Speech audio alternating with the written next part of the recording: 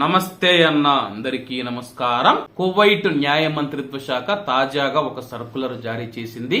అలాగే ఈ యొక్క సర్కులర్ వల్ల కువైట్ లో కువైటీలు కాని వారు ఎవరైతే ఉండారో వాళ్ళు అరబ్ జాతీయులు కావచ్చు, లేకపోతే ప్రవాసులు ఎవరైతే ఉండారో ప్రవాసులకు ఇది పెద్ద షాక్ అయితే చెప్పుకోవచ్చు.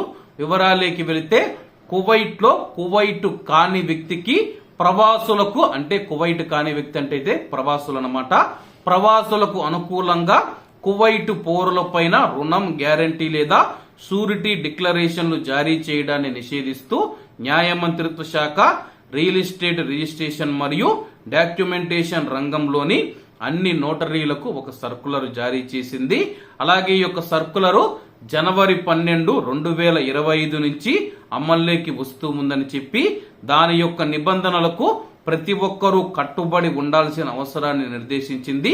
ప్రస్తుతం కువైట్ లో ప్రవాసులు ఎవరైతే ఉన్నారో వాళ్లకు అనుకూలంగా కువైట్ లోని పౌరులు ఎవరైతే ఉన్నారో ఏదైనా బ్యాంకు రుణాలు కానీ, లేదంటే ఏదైనా గ్యారంటీ కానీ, షూరిటీ డిక్లరేషన్లు ఏవైతే ఉన్నాయో ఇక పైన కువైటీలు ఇవ్వకూడదని చెప్పేసి దాన్ని నిషేధిస్తూ ఉన్నట్లు న్యాయ మంత్రిత్వ శాఖ తెలిపింది.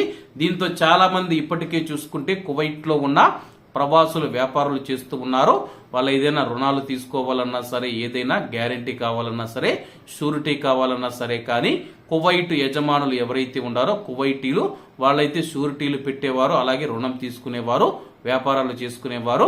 న్యాయ మంత్రిత్వ శాఖ తాజాగా ఒక సర్కులర్ జారీ చేయడం, దీనిపైన కువైట్ లో ఉన్న చాలా మంది ప్రవాసులు అసంతృప్తి వ్యక్తం చేస్తూ ఉన్నారు. అలాగే దీనికి సంబంధించి పూర్తి వివరాలు తెలియాల్సి ఉంది.